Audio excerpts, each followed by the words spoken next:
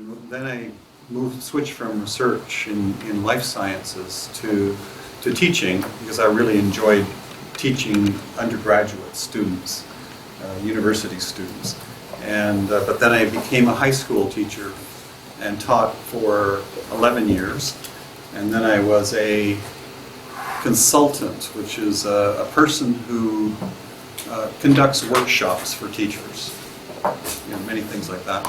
And then my job was declared surplus, which means there was less money available to pay me. So then I did my PhD. And so I've been working as a professor at the University of Toronto since 1998. So I'm actually already towards the end of my career. I will retire in 3 years. So there's my whole, yeah.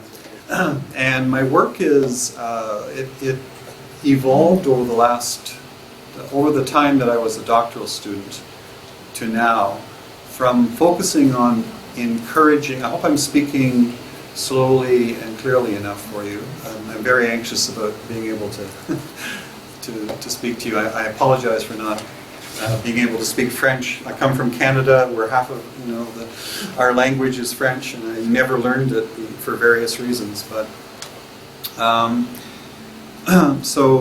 but I started my research interests in encouraging students to conduct their own primary research. So experiments and correlational studies and actually technology design projects. So the idea was, for me, at the very beginning of my career, it was about, my emphasis was on encouraging students to define the world in the way that's important to them. So, am I speaking? Is that okay? Okay. Everybody or is it too slow? Is it too slow? Is it about right? Yeah.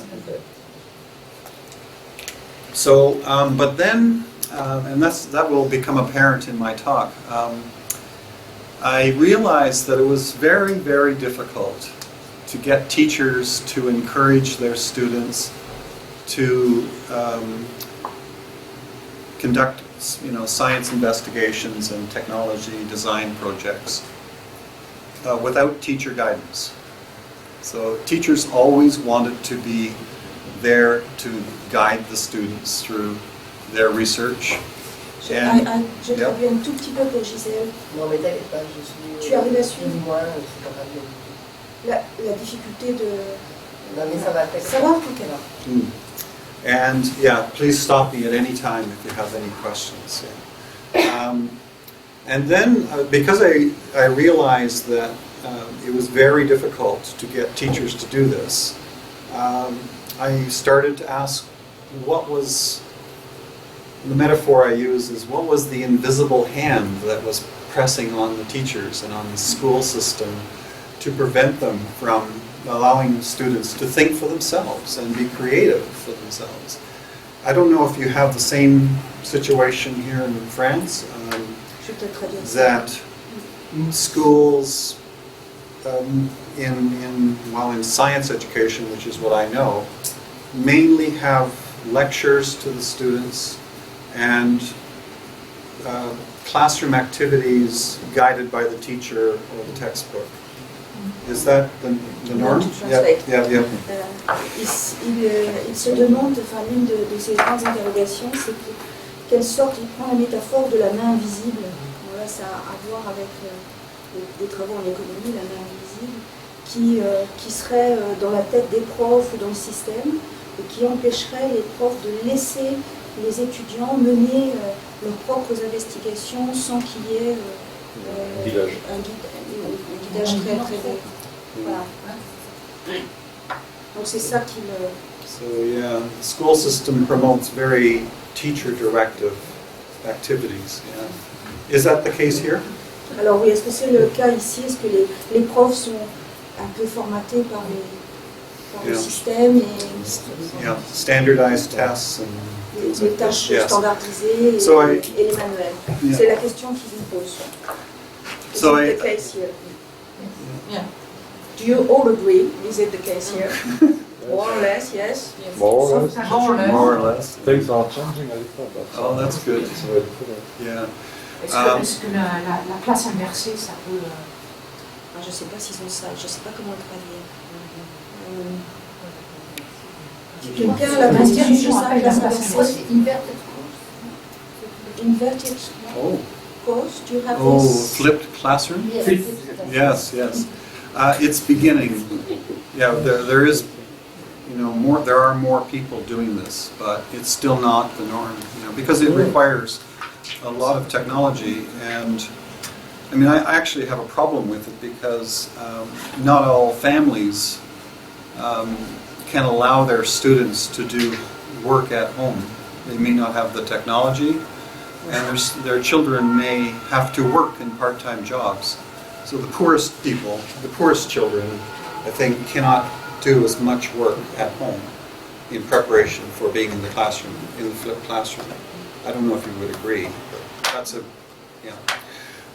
so, to finish the story, Ah, il faut que je traduise. yeah? Vous me dites, hein. So I asked myself, well, what is the invisible hand? It's the market. Capitalism seems to be the problem, in my view, holding back the opportunity for students to think critically and creatively. And so when I started to think about that and read about capitalism, I changed my focus from encouraging students to conduct their own research. I shouldn't say changed. I added to that.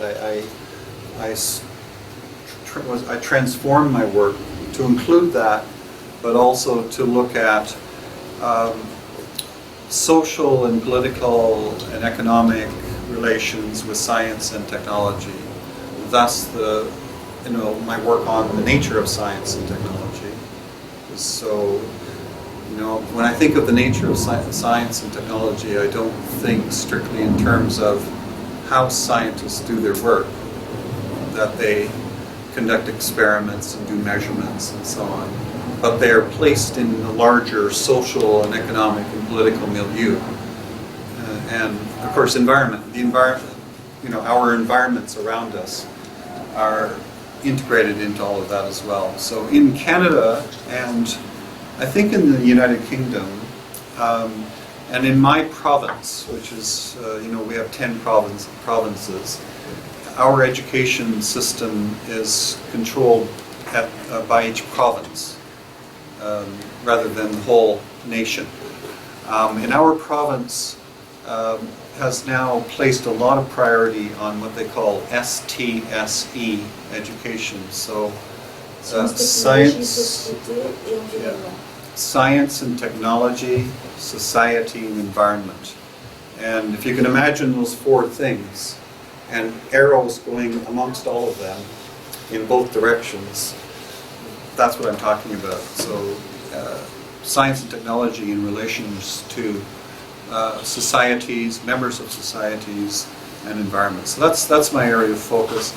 And because, this is a long story short, but because, and I'll do the slides, but because of the various problems that I see in those ST-SE relationships, my focus is on activism, promoting citizen action to try to bring about a better world. So that's what my talk is about, except for one thing, I can't forget. So Laurence, and first of all, thank you so much for this invitation. I'm thrilled to be here. And Jean, the same, and the fact that you've hosted me in your home is all very wonderful. And rescued me from my lost luggage. And your medicine? Yeah, what's that? And my medicine, oh my goodness, yeah. But Laurence asked me to speak about approaches to research, or research, as it relates to my work as I've described it with activism. So I'm doing two things today. One is to describe my, let's say, curriculum and pedagogy framework and the research that I do with that. So that's one thing. And then the second thing is to involve you, to get you to think about different kinds of research that might be done. So you initially asked me to speak about how we can do research differently. C'était l'approche faire de la didactique autrement. Donc c'est la commande que je lui avais passée de son point de vue à lui. Yeah. Il y en a qui par contre, présenter décliner son curriculum et je sais pas quoi, C'est- le framework. C'était le cadre pédagogique. Yeah, and now I'm using. I just used Brunner, so I'm going to. I just told you what I'm going to tell you. Now I'm going to tell you. so, so.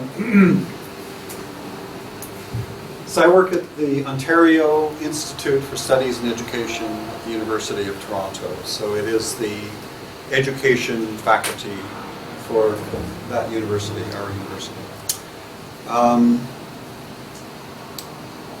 Now to start with, I wanted to say again what I just told you a little bit.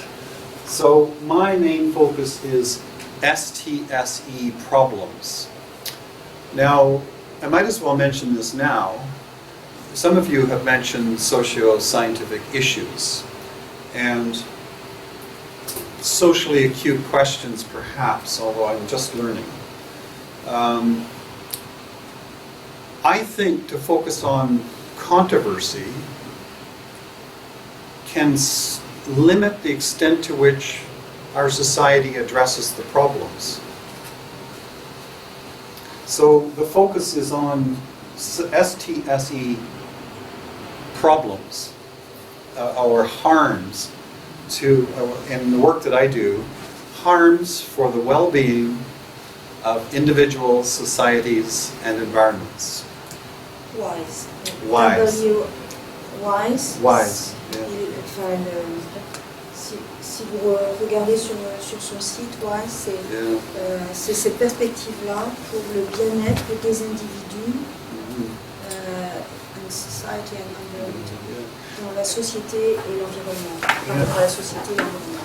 And a claim that I'm very prepared to make. I make a lot, many times in my writing and in my speaking, is that I believe that many of the harms that we're facing, such as climate change, and I think people's dependency on electronics and popular entertainment, and the health problems associated with foods, manufactured foods, and fast foods, forms of transportation, various problems there, and various health and beauty aids. And these are just some of the many products and services that are in our world.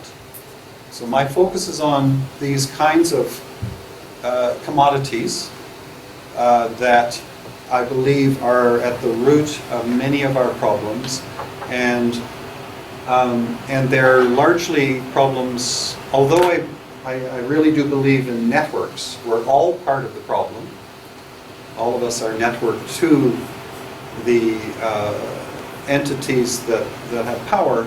I think many of the problems we face are due to decisions by powerful individuals and groups that can set our ways of thinking and doing around the world. So I'm a fan of Foucault and biopolitics. So I'm a fan of the whole idea that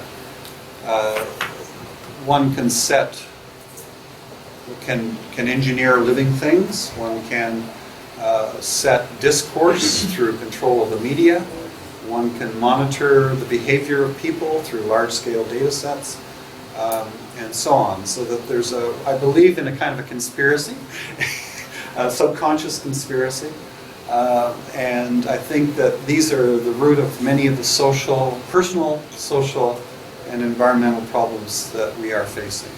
And we must as a society address these. I'm not sure if you're familiar with Naomi Klein. She is a Canadian author, and she's just written a book called "This Changes Everything," and the subtitle is "Capitalism versus the Climate." And in that book, she talks about how in the next maybe 50 years, we're facing dramatic changes to the well-being of individual societies and environments around the world due to climate change. It's predicted that we could be seeing temperature increases closer to 4 degrees Celsius since the turn of the last century, not this one.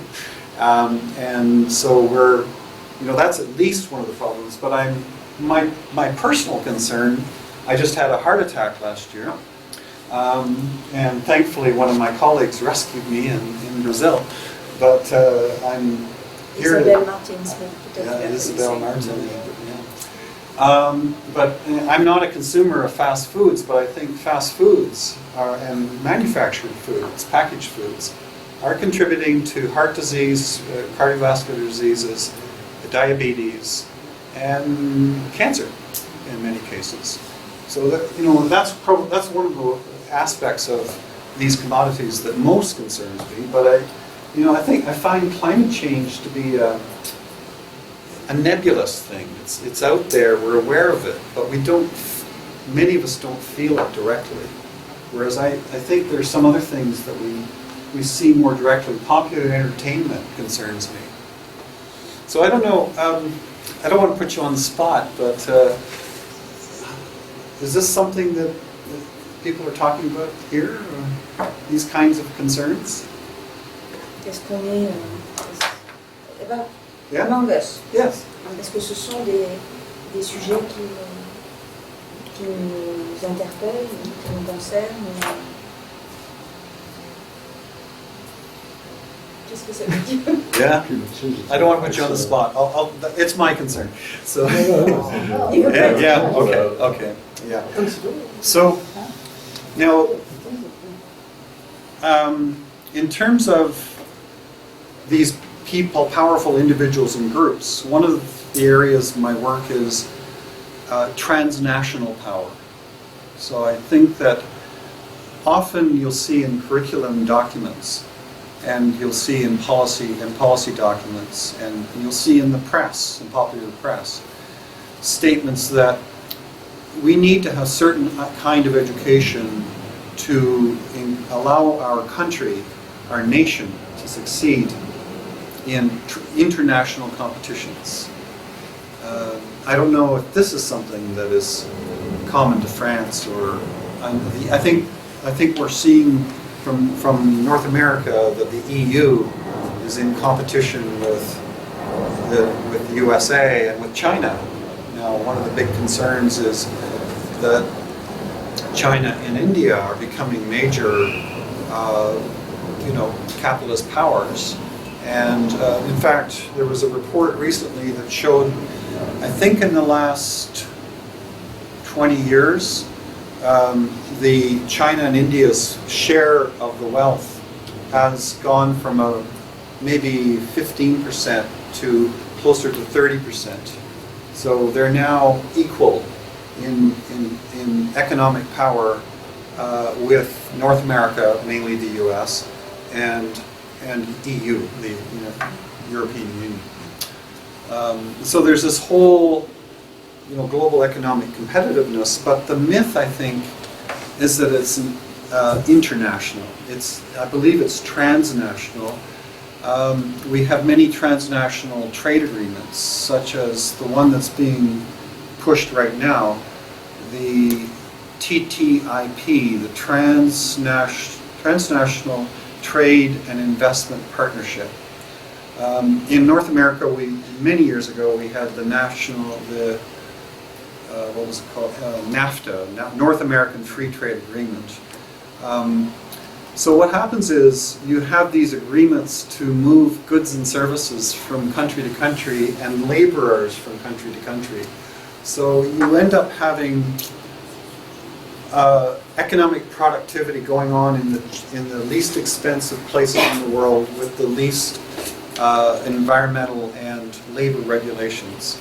And there are many, I can give you many references to this kind of thing. And so my concern is around transnational power that we think is national, a national focus, that's leading to this intense production of goods and services that are being consumed by the richest people in the world and manufactured by the poorest people in the world. And our environments are being damaged severely in the process. So that's my concern.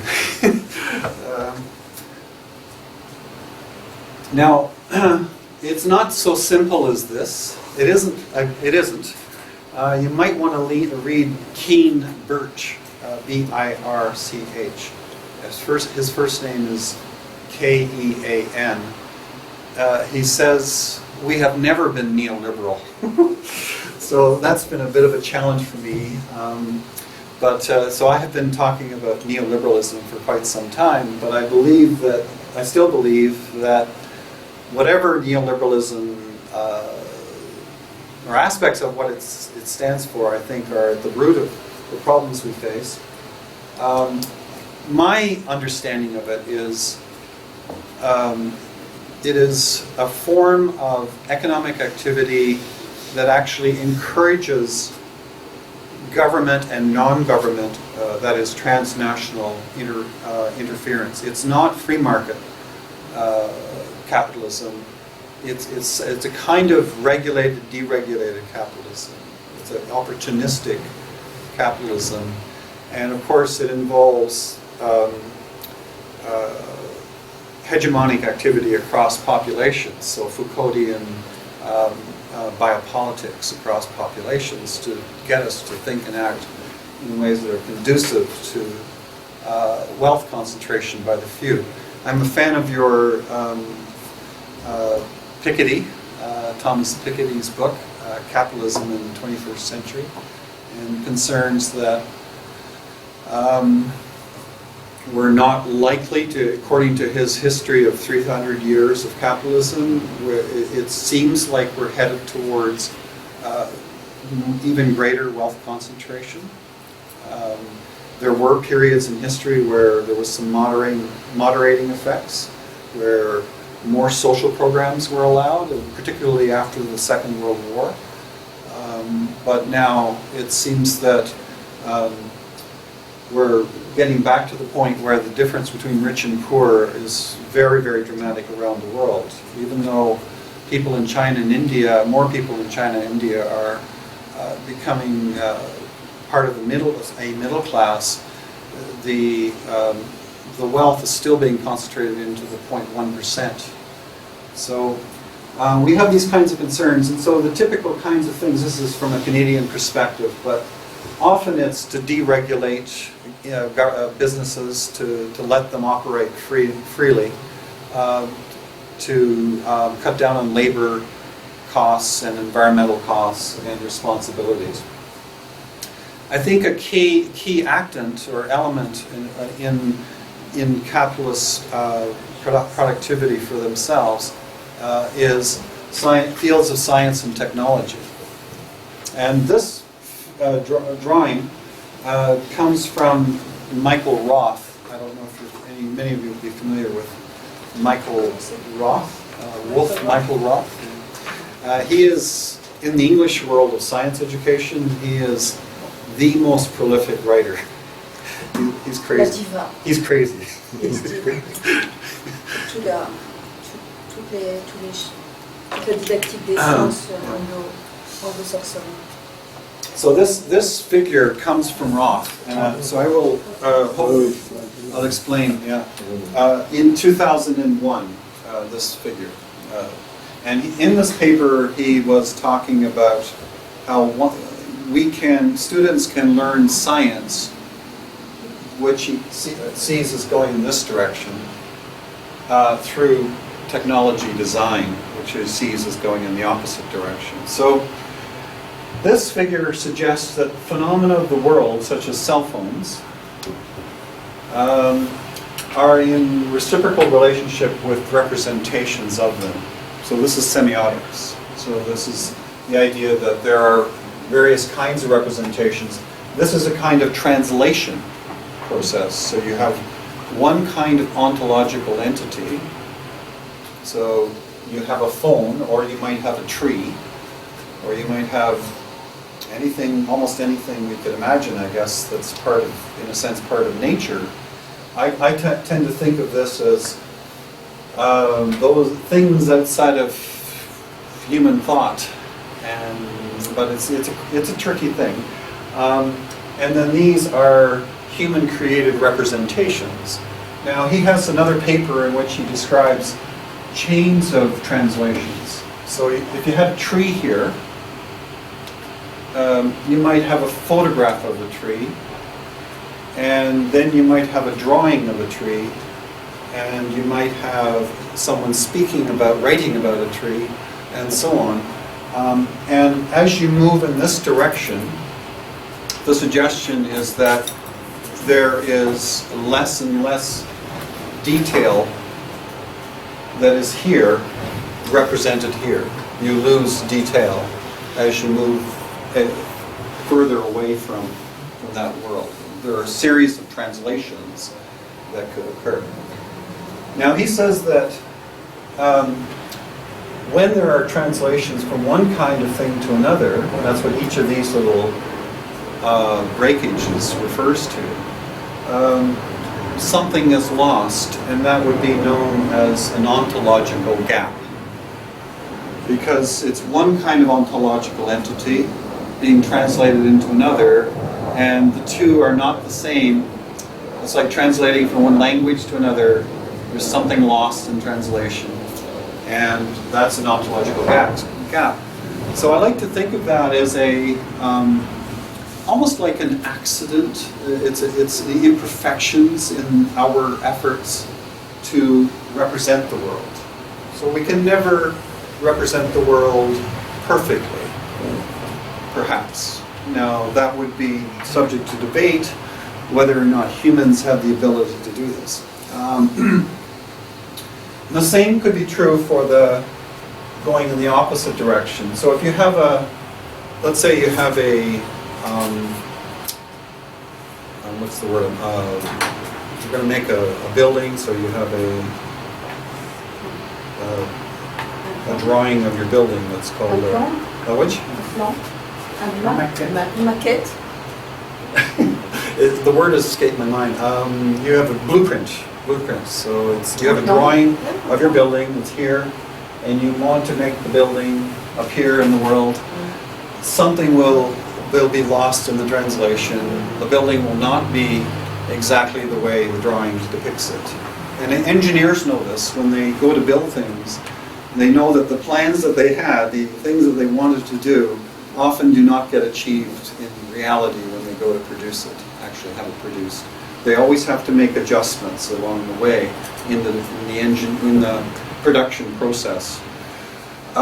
So those are kind of natural imperfections that we think are involved in science and technology.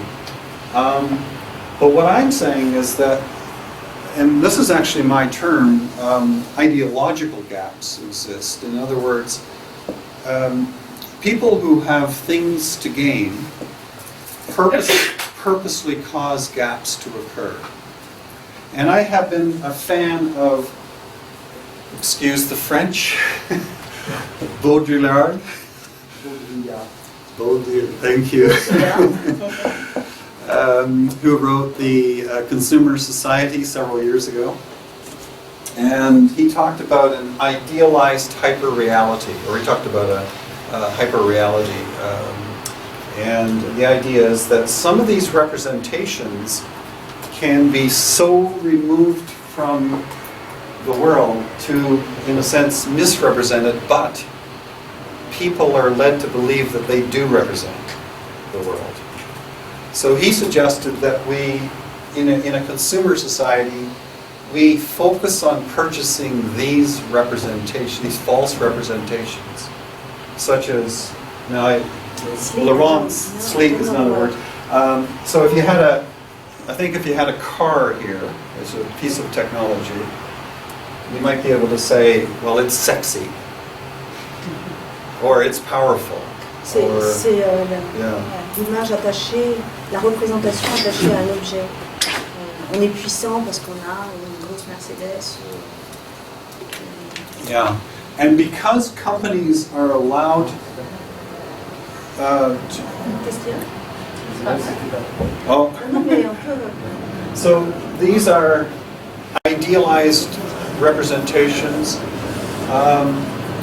but because companies are allowed to externalize their costs, it's built into legislation, laws, that companies are allowed to reduce their costs to maximize the profits. It's called, and one common term is to externalize your costs, or the noun is externalities. And so, when you build a car, you can make it break down by the time the warranty runs out.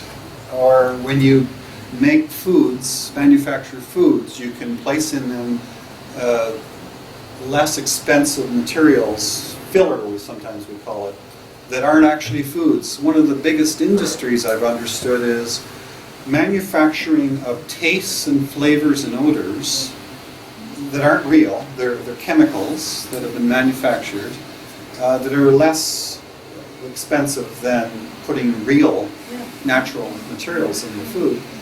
And textures. So in other words, materials that will taste, that will feel like food in your mouth, but if they aren't foods. And so those are all allowed. So that's, and of course we can't forget lowering the cost of labor. So to make, now there's much more talk around automation, putting more and more people out of jobs, but if there are laborers, they will be paid less and put on more part-time work. We're seeing, I don't know if you've heard this thing in I'm a bit of a follower. Anyway, I won't mention that. There's a new kind of employment called 0 hours employment. And yes, I see some nodding of heads. And what this means is you're available to work when they call you to work. There's no guaranteed number of hours. And so, but then of course we have, if there's an oil spill, if there's a rate of cancer increase due to smoking or whatever it might be, well, although there are some exceptions, because I just saw certain companies have been charged large amounts of money in a civil suit or a large-scale suit to charge these cigarette companies for the cancer that people have had. But generally speaking, or very often, companies do not pay for the harms that they cause to individual societies and environments. Those are expected to be borne by the larger society. Ça va tout le monde? So, yeah. So, any questions or comments on that part? That's just the preliminary part. Okay. Yeah. Okay. So, because, and this is a key step, this is a very busy graphic. You have to excuse me, but because it seems that in representative democracies, so we live in I think we all live in a representative democracy where we vote to have our leaders represent us every few years. Right? And so in between time, they kind of have dictatorial powers. Ça va? We're facing that in Canada. We have a prime minister who is one of these, he is a right-winger, a person who will sell off everything he can and deregulate everything he can. So because of these things, our claim is we need a society of citizens who are vigilant, always watching over power and ready to take action to address these concerns around power. So that is the basis of my work. It's a lot of the philosophy of it. And that's shown here, where the citizens will conduct research. So that's going back to my earlier focus on student-led research. But then they will then take actions to address that by addressing people in power, or scientists and engineers, or others. And these are just a suggestion, but some of the harms that are due to the products and services that are generated by fields of science and technology in relationship to societies and environments. Not maybe the best graphic, but we keep trying.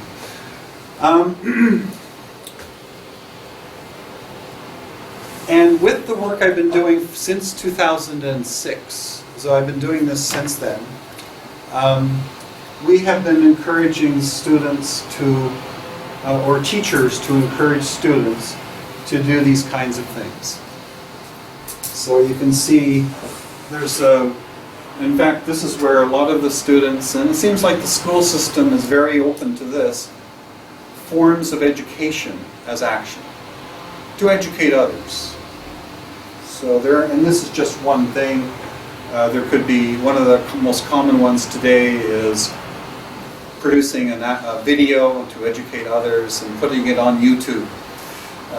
And then linking it to your Facebook account and tweeting it. Yeah. Sorry. C'est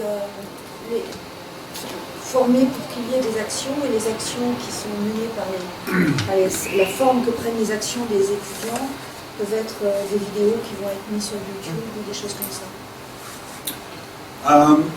Qui est le résultat de la recherche qu'ils ont menée. L'action, c'est de faire connaître et de communiquer sur les résultats. Yeah, if I have some speakers, I should have asked for speakers. Speakers, sound. Yeah, I could just play from the videos we'll play. Forgot about that, sorry about that. Anyway, we also, as I think I mentioned, focused on different forms of action. One of them is invention or technology design, better technology designs, more sustainable technology designs that take into consideration the way you treat the workers, the laborers. So it's actor network based decision making in terms of actions. And then of course lobbying, writing letters to people in power, governments and companies and other things like that. And then maybe some personal change. This is an irony because sometimes people, in our work, it seems like people are willing to tell others to act, but they don't act themselves. I'm one of them. Not entirely, but yeah, we all have our failings, and I readily admit that. And there may be others that we have not considered, obviously, always. Ce sont tous les types d'actions que les élèves peuvent mettre en œuvre à l'issue de ce type de stratégie d'enseignement. Okay. So. Oui, c'est pas vraiment le terme activisme tel qu'on l'entend. C'est qu'ils aillent jusqu'à l'action. Oui, ce point. Maybe I make a point.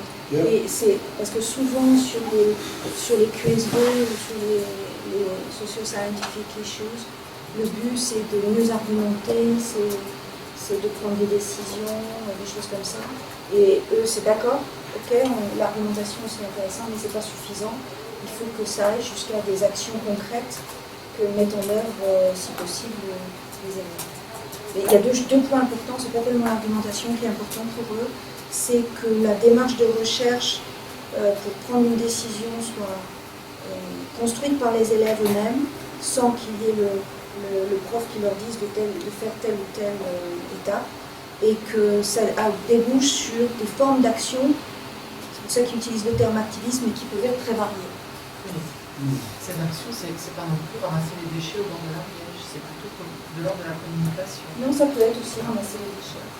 Ça peut être, Oui, mais dans un but de communication peut-être. Oui, alors dans ce cas-là, d'activisme. oui, dans ce cas-là, ils vont peut-être faire. faire une vidéo sur ce qu'ils auront fait, ou ils vont faire une expo dans le hall du lycée pour montrer aux autres. Il y a toujours cette idée de montrer aux autres, que ce soit les élèves, les parents ou d'autres. Il y a une diffusion. Diffusion, oui. Okay. So, with all of that preamble, this is the pedagogical, curriculum and pedagogic framework C'est ça le framework que tu on cherchais tout à l'heure. on which I have based my research and teaching for the last, since 2006. I forget how many years that is. So this is known as STEPWISE, and it stands for Science and Technology Education, promoting well-being for individuals, societies, and environments. So now you know why I call it STEPWISE. Okay, so this is a framework drawn from literature and experience, and from official policy to some extent. So, as you can see, actually, I don't know if you can tell, it is a tetrahedron. So, in 3 dimensions, STSE actions are in the middle of a 3-dimensional tetrahedron. Okay, that's the way it came out. But there's a story. The idea is that students need to develop skills. So we have a skills education, such as skills to ask questions, to design investigations, to analyze data, to argue, to carry out arguments and discussions and presentations. Things that scientists and engineers do, skills, okay, that get better with habit, with practice, if you like. STSE education, again, is teaching them about relationships amongst those 4 things, so STSE. Of course, with my work, they're going to learn, or they may learn, about problems of decisions by powerful individuals and groups in society that might affect science and technology. So do you have a marker here? I was thinking I could draw on this, yeah? Is that non-permanent? Whiteboard marker, yes. Ce serait bien dans la nouvelle STEPWISE.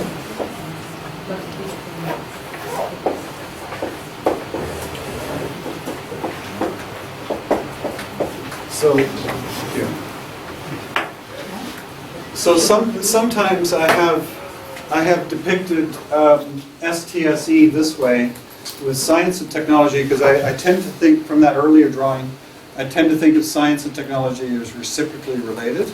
So I often refer to this as a field of technoscience, but it could be other terms.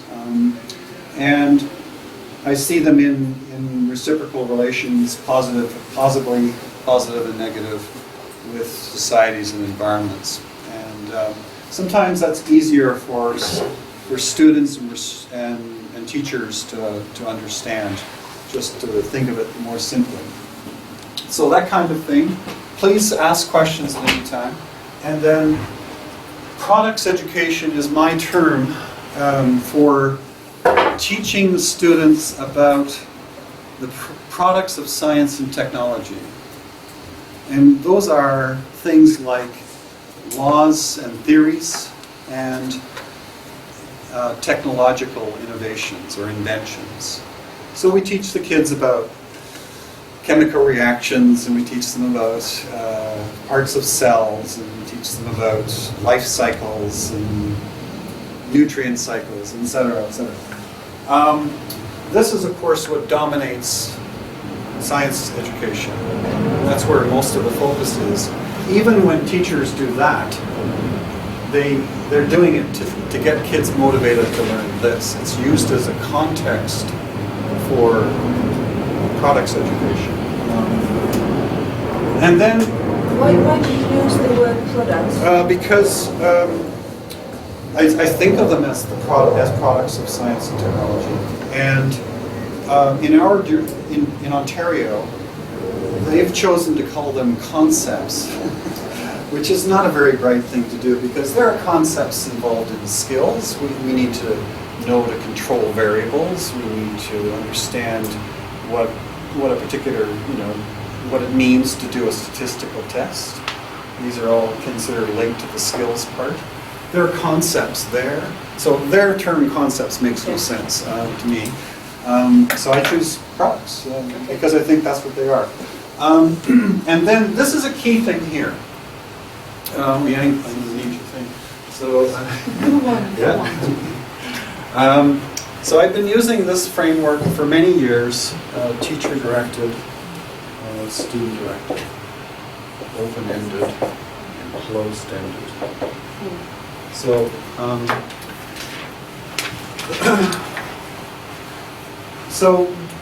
to teach the kids these things, they tend to be more teacher-directed and closed-ended. Now, closed-ended means there is one desired conclusion. This is a continuum for conclusions, and this is a continuum for procedures or steps that one would take. So if you imagine in a science class, students following the instructions for a lab activity or an investigation activity, it's very teacher-directed, and they want the students to learn a particular thing. It's very closed-ended, so it's here. So a lot of this stuff is here. And I could talk lots and lots about that framework. That's from Roger Locke a long time ago, 1990. And this is where I started my career. I want kids here, student-directed and open-ended, where they're in charge of the procedures, and there are many possible conclusions. It's a spectrum of possible conclusions. We're not sure. It needs to be negotiated among the students and so on. Ça va là aussi? Yeah. And so this students' research is here, student-directed and open-ended.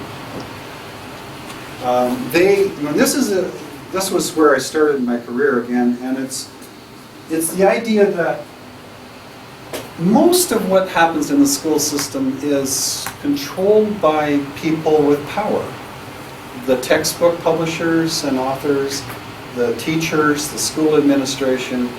Somebody's always telling the students what to think and how to act. So in other words, how to act and what to think. So I think in a democracy, individuals should have the freedom to think and act in ways that make sense to them in their particular contexts. So a very important philosophical position with regards to what it means to be a human citizen. So that's in there primarily because of me. It's in the curriculum, but in Ontario, but kind of hidden. And this is in the curriculum, but kind of hidden too. So everything in this is in our curriculum, but they really don't put a lot of stress on that or this. So, but this is a key thing. They create knowledge that makes sense to them. Here they gain access to the knowledge of the society. So there's a social justice agenda with STEPWISE to give them access to It's to make them literate from various sources, so they can be literate from others, and they can be self-literate, self-determined in their literacy in this framework.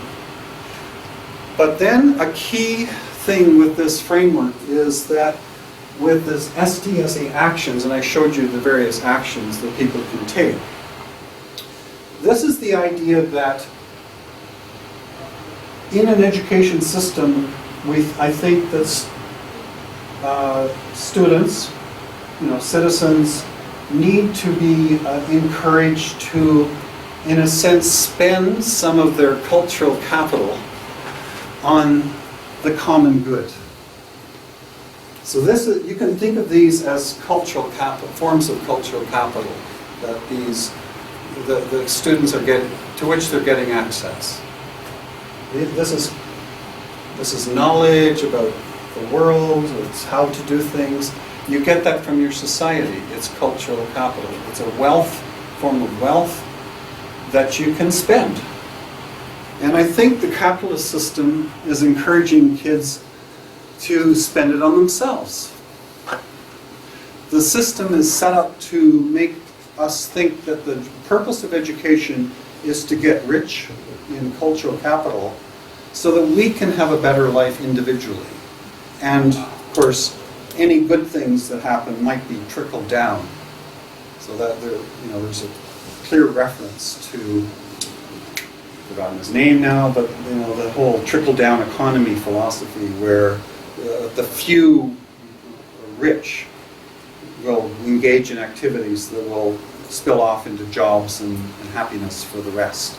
I don't think it's working, and so I think we need to turn it around. This Stepwise turns this ideology around and says, we're being educated for ourselves, but we're also being educated for others. I'm a fan of communitarianism. So, Peut-être, est-ce que vous voulez que je dise un petit mot là-dessus?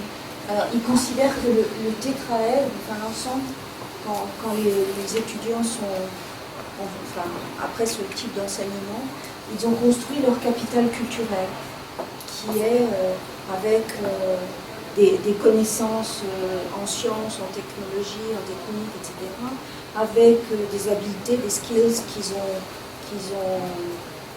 appris, etc., des méthodes de recherche et la prise de conscience qu'il y a des interactions entre sciences, technologie, société, environnement, et qui sont capables d'aller jusqu'à mettre en œuvre des actions. Alors ça, ce serait le capital culturel d'un apprenant à la fin, quoi. Et en fait, c'est ce qui se passe dans n'importe quel enseignement. On acquiert un capital, et ce capital, selon lui, il y a deux façons de le dépenser. Soit on dépense toujours pour soi, mais on peut le dépenser prioritairement pour soi-même seulement, ou le dépenser aussi pour le bien commun, et notamment prendre en compte les problèmes de la société ou de l'environnement. Yeah? Ça va? So, the idea is for them to be encouraged to spend some of their cultural capital to bring about actions that will try to make a better world. Part of the logic is from also actor network theory. We're all networked. We're all part of networks. And with communitarianism, it's the idea that any richness that each of us has cannot be considered to belong to us solely. Our wealth, our richness, is due to or comes from, let's say, those around us, the systems around us. And there's a wonderful book, of course I can't remember its name offhand, but Just Desserts, I think it's called. But he's saying that people like Bill Gates, who is the richest person in the world, would not be as wealthy as he is without various forms of infrastructure, electronic systems, transportation systems, legal, regulations, and so on, all of them put in place by society before him. And he happened to be in the right place at the right time to make that come together and to funnel wealth towards himself. But it's not due to him alone. And so it's that kind of thinking that drives me to say, if who we are is partly accountable in those things around us, actants around us, then we have a responsibility to those things. And so that's key to this placement of STSE actions in the middle of the center. Do you need to? Je sais pas, vous avez compris? Okay.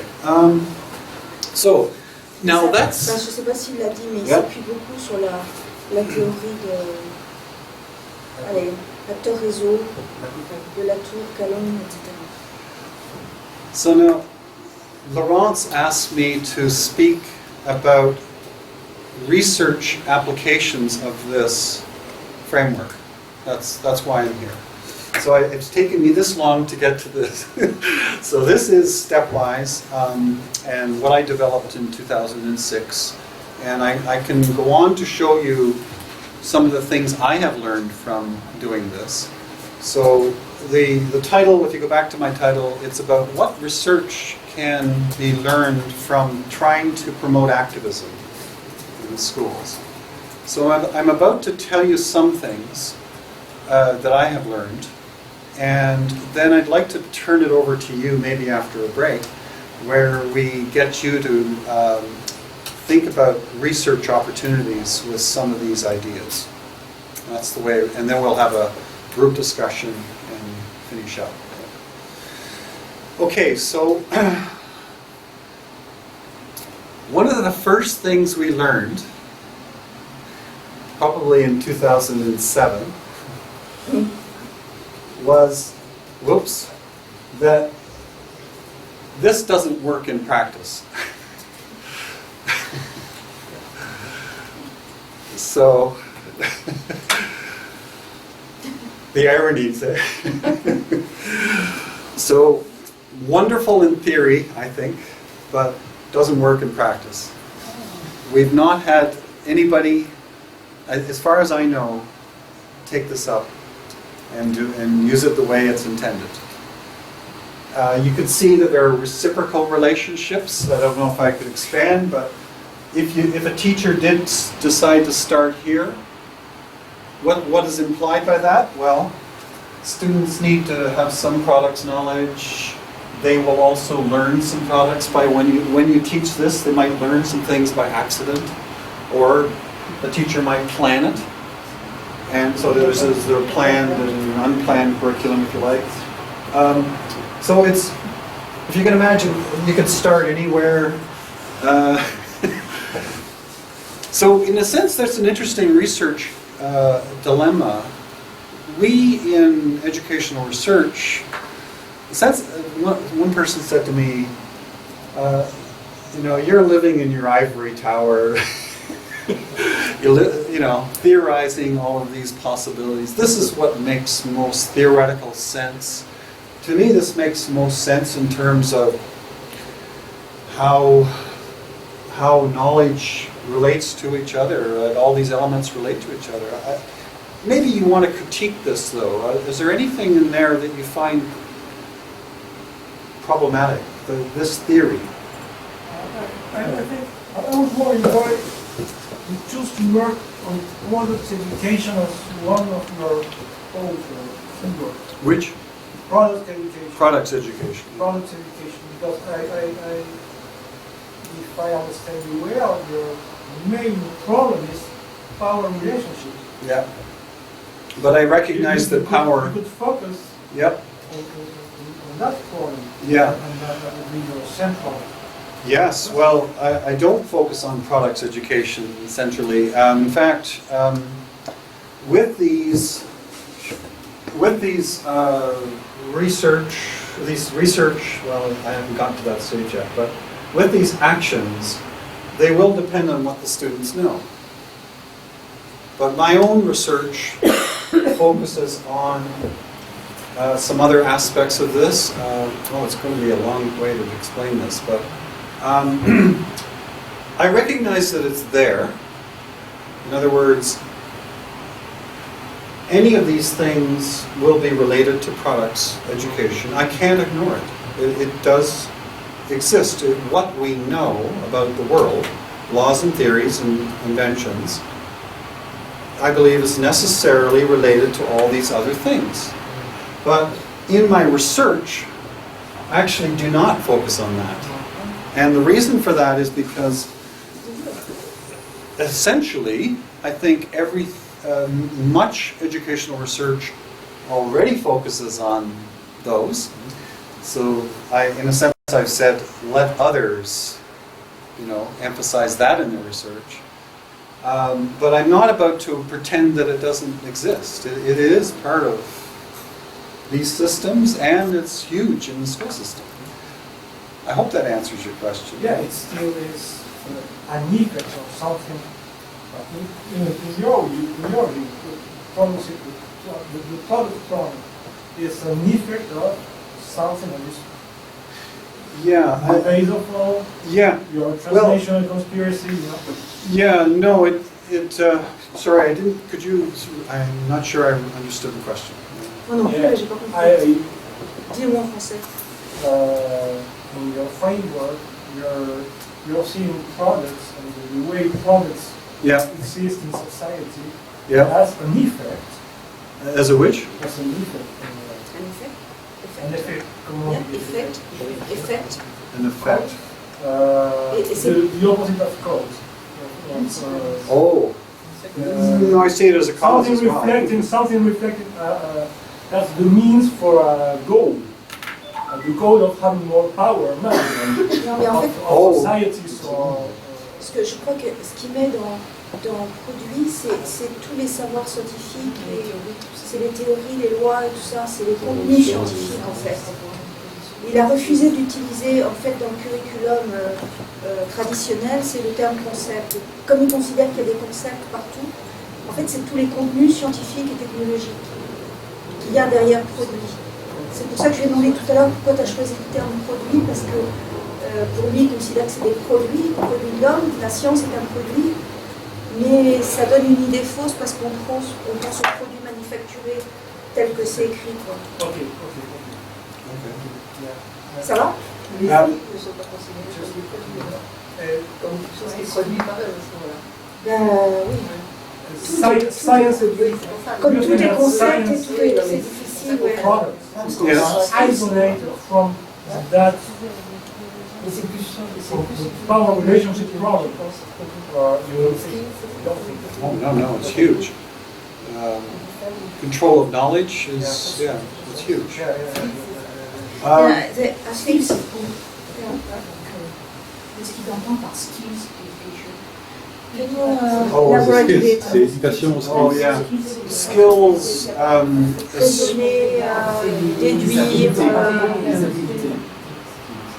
c'est le terme habilité, prendre des décisions, perseverance. analyser les dates, des données. Yeah. Faire de la recherche documentaire. Oui, ça. Non, la recherche documentaire, c'est dans ce Something type de that is, recherche. Well, C'est l'une des méthodes, c'est une démarche c'est une démarche. La recherche documentaire, c'est où? Je pense que c'est une démarche peut-être qui est mobilisée de. Oui. Research, documentary, no, documentary research is where? Is that if people were asking students to do documentary research, yeah, that would be taught in there. skills education? Yeah, Okay. and then they may use it when they do their own research. Yeah. C'est les briques en fait que tu And you know, Ouais, c'est ça. an interesting thing is that when you're teaching them skills like documentary research, one of the things we've been doing is we choose to teach it in the context of STSE problems. So we purposely relate this to that because we want students to begin to start to think about these problems and relationships even when they're learning different things. And so when they're learning products, we also encourage a connection between that and that. So we do make use of that, of those relationships in our teaching. You know. Yes. If I understand well, Yeah. the production of the student is in student research and not in product education. The which The production yes. production Sorry. of the students Yes. is in students research Yes. and not in product education. Yes. Stability. Les produits Non, c'est les Not entirely. les produits, c'est les- Yeah. c'est vraiment les concepts contenus scientifiques. scientifiques. Oui, c'est ça, voilà. C'est-à-dire que ça va, c'est-à-dire oui, là, ce qui est Bah, en fait- produit, c'est pas non produit. Enfin, Non, là c'est l'étude des produits, enfin, ce que c'est que la science et la technique. Quoi. Ce terme-là est compliqué. Hein. I don't know if Il y a you, des skills, des produits. Can you give an example? of which. De Right. skills et produits. Après, Scale ouais, c'est la loi Oh, de yeah, you produits, teach quoi. them to design an Oui, c'est experiment. pas plus de savoir. Les- Sorry, bah, l'exemple. Teach them, to teach them to design an experiment. de construire une expérience, construire un Control protocole, de construire un variables, protocole. duplicate the tests, and Je pense que have large sample size, these kinds c'est of les produits things. de la technologie et To des- give them des practice designing experiments with some guidance of the teacher. Do you include in Um, products artifacts? Part of Do you include in products artifacts? Like a products. computer or something else like this? Yeah, so it would be includes technologies. So yeah, products of agriculture, or let's say there was a particular agricultural process that was developed, say to Yes. well, decompose organic material or something like this. That is something that fields of science and technology in agricultural, science, technoscience, have developed. It's kind of knowledge that's been generated by the field. The students need to learn that. Yeah. Of course, I don't know if you, I might as well put in a word for, in products education, we focus on multicultural knowledge. And that would be true for all of these, actually. So in Canada, we have a large, fairly significant Indigenous population. And there are a lot of people in Canada who emphasize educating students about products generated by Indigenous or Native people. So there is some work to encourage teachers to teach students about Indigenous ways of knowing and knowledge. So it's called traditional ecological knowledge, sometimes in some literature. So to teach them that we're all part of we're not just humans in relationships to other humans, but we're in connection to the world around us, the environments around us, is considered to be something to teach the students as a product of that culture. Alors ça complique encore plus les choses parce qu'il n'y a pas que le savoir scientifique ou technologique qui est produit par l'homme, mais aussi les autres constructions de savoir. Yes. Ah, you're ready. Yes. Yes. I will.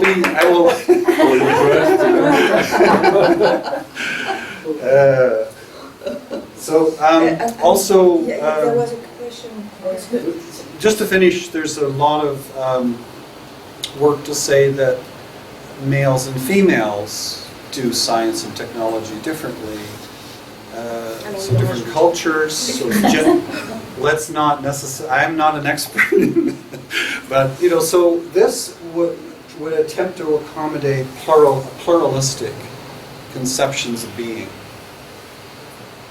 knowing and being. So. Est-ce que je peux ajouter quelque chose? Donc, c'est une vision pluraliste de la construction des savoirs, en fait, et qui est différente selon le genre, selon la société à laquelle on appartient. Et moi, ça me fait penser un peu quand nous, on parle des savoirs sociaux, culturels ou professionnels spécifiques des agriculteurs que nous, on mobilise, et pas seulement les savoirs scientifiques produits par les chercheurs de l'UNI. Moi, ça me fait penser So question. à un plan d'études roman en Suisse où on pourrait analyser certaines choses, et ça pourrait faire penser aussi au TPE. On a un TPE et Tout à puis fait.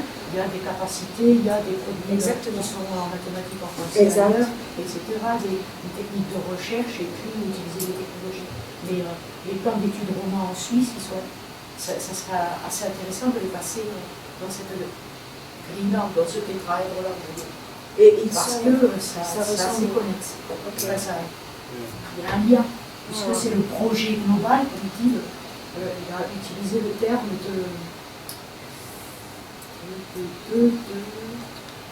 le capital culturel de l'élève.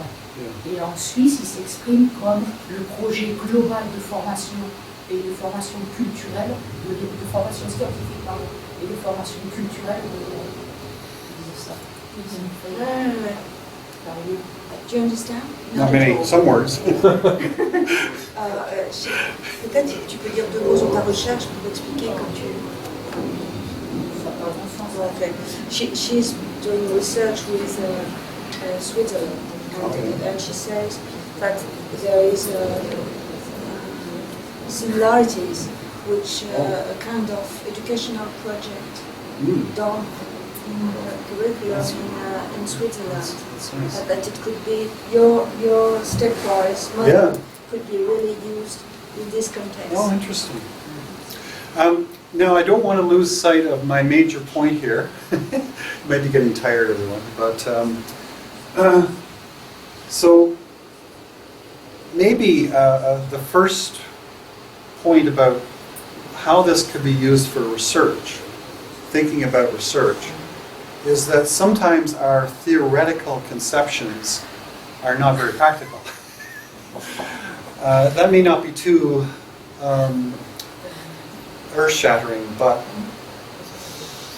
an alternative that comes to mind is that maybe if we're patient, and I have begun to see that some teachers are able to get closer to this over long periods of time.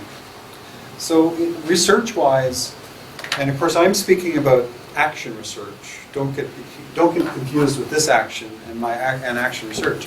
So my research, educational research, is through attempting to bring about changes in the school system, C'est une visée transformative dans ces and then recherches. attempting to learn from those efforts to change the system. So I'm an action researcher, as opposed to a researcher who studies existing school systems. So I never go and just look at what people are doing, essentially. I mean, by accident I do. So I learn through efforts to change, because I think the system is broken. It's problematic. We have great differences between rich and poor and a lot of environmental problems. So, first thing that I've learned is that teachers tend to prefer this framework. This was developed with teachers, and is what teachers like to use. They will do this. But for me, this is not philosophically sound. Maybe it's more pedagogically sound, but it's not very philosophically sound. Now, this is essentially stepwise. It is the framework I just showed you, but in a linear format. So it has all of the elements, but they're rearranged in a way that teachers find useful. Now, I do want to stress something, and all of this stuff that I'm about to tell you will feed into or be important when you sit with some colleagues and brainstorm some research opportunities. So my goal now is to get you to think about different research opportunities from Stepwise. That's what you invited me to do. Dans la logique de la commande qu'on lui avait faite, c'était comment faire autrement de la recherche en didactique. Il nous présente ça, il faut qu'on ait en tête qu'on va après discuter en petit groupe ou réfléchir à est-ce qu'il y a des pistes de recherche en didactique qui peuvent émerger de ce qu'on nous présente. I need a break, little, but I need a break because it's Yes, intensive it is intensive, yeah, I understand. to Yeah. Maybe we can Stop there, yeah? have a short break Sure. and Yeah. yeah, do you mind? Oh, it's, oh, 10 Soll du minutes? hast die Kurve interessant. 10 minutes and we go on, is it okay? Yeah. Yeah? Okay. Okay, but we can chat. We are allowed to chat. I was giving us an information about the gaps you show us in the Oh, one yeah. slide between real world and Yes, theory. yeah. Doing this, Yes. we put light on these gaps doing this slide with this slide. Yeah, they're But in. perhaps you could they're take in the here. question in the perhaps and you can answer perhaps after the Yeah. short break Yeah, perhaps yeah. if you want or not to answer if you Yeah. want. Yeah. No, it's, we would attend to those gaps when we're teaching students to think of those ST-SE relationships in different ways and to expose them, first of all, to expose them to the ideological gaps. Okay. Not directly, because that's too complex for kids, right? But to give them some experience with recognizing that individuals and groups in power have made decisions to misrepresent the world. Students love. Yes, of course. They love this whole idea that somebody has tricked them, has created these false images, especially in advertising. So I mean, you can see them here. Yes, of course. Yeah, and youth, they stop and they think, I'm being conned. You know that word? No. Oh, a convict. Yes. A person, a criminal who's tried to trick you. Yeah. It depends on the point of view on this Yeah. on this kind of action. Yeah, it does. It's Well, the thing about these things is we don't require them to, believe us, to take particular kinds of actions. We think we would be guilty of the same, in a sense, ideological gaps if we were to force children to think in certain ways. Right? yes, of course. Yes. So it's a dilemma. That in itself is a dilemma. Because I wonder in the previous slide the idea of well-being. Yes. And, I wonder what happens. Who defines the well-being for individuals, society, environment, and what happens when there is something we disagree? If you disagree on the well-being, that's right. I thought about this, showing on the TV. A presentation, I would say, of a town in Canada, in North Canada, where they work about on the production of oil, crude oil. Yes, and yes. It's north of Canada. It's for the agronomic. It's Fort McMurray. Yes. Yes. So, you know, It's well known. Yeah. and then if It's near the tar sands. Yes, yes. And I thought that if you ask to speak about well-being this kind of population, Yes. sure, That's it right. will not the same that Exactly. we will define Yes, us. it's excellent. Yeah. No, I And know. I wonder what happens. Who is able to define what is well-being? Well, It's, we don't. That's as I said earlier, we try not to define that for them. We can't. If we were to define what's well-being, we would be as guilty. Yes, of course. Yes, right. As the people in power who maybe have their own.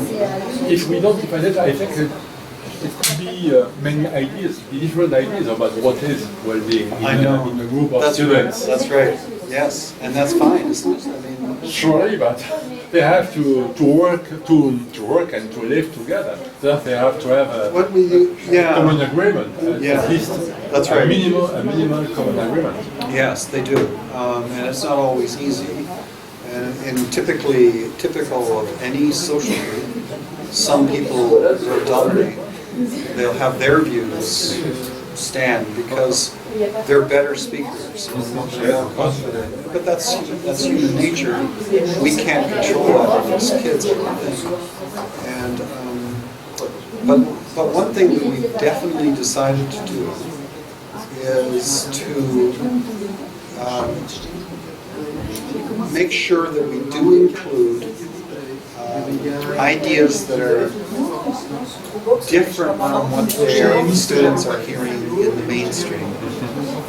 Because I've been reading this book by a guy named Bacon, B-A-K-A-N, and it's about advertising to children. And he's just documenting many cases where children are being encouraged to, to purchase and to be part of the consumer society from extremely young ages. And it's everywhere. It's in television, the internet, movies, sports, mobiles, you name it. It's just around children at a very vulnerable time in their age. So the dominant message that children are getting is about consuming for oneself. And so we make a point of saying to them, well, here's an alternative, and you don't have to accept it. But at least you know that this is something else to consider. So that's where we stand. It's a democratic decision. And just like the climate change research, we think that we should expose them to the idea that some climate scientists do not believe that humans are causing climate change, temperature changes. So we should teach them that. But then we should also teach them that it seems that most climate scientists are saying that yes, humans are. But you're welcome to join the group that says it isn't true. That's your choice. And some kids will take that choice, and they have the right. In a democratic society, I think we can. Yes, it's true. But in the same time, they have both to live in the same town.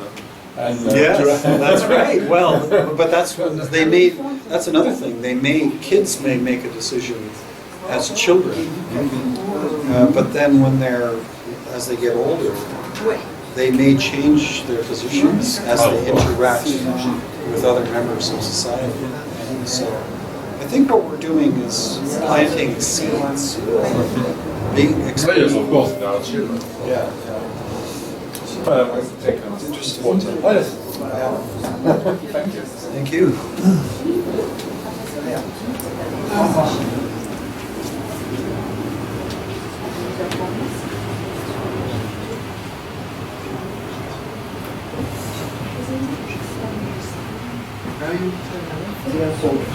Yeah.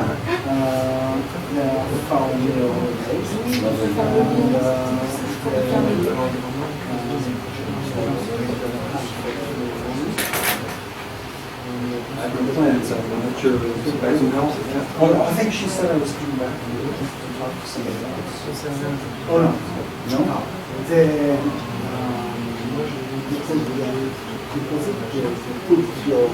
Yes, yes. Oh, okay. It's going to be sent to your house. No,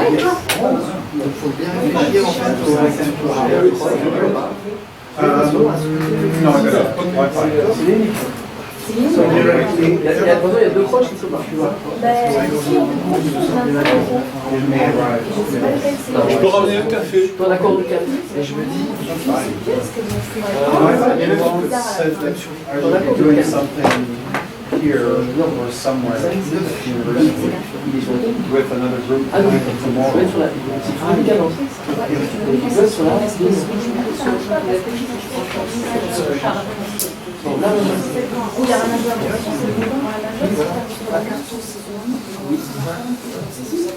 ah non. Non, mais c'est hyper scandale. Soit une émission aussi, même si, parce que t'as pas les gosses. Non, non, c'est pour ça qu'on dit que c'est même creuser les jeunes sur les autres. Ce chiffre, c'est super. Ça y est, t'as exposé. Oui, c'est bon. Je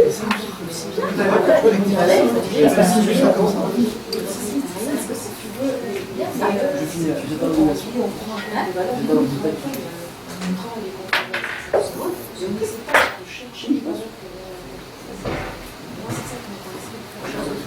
Moi, je disais,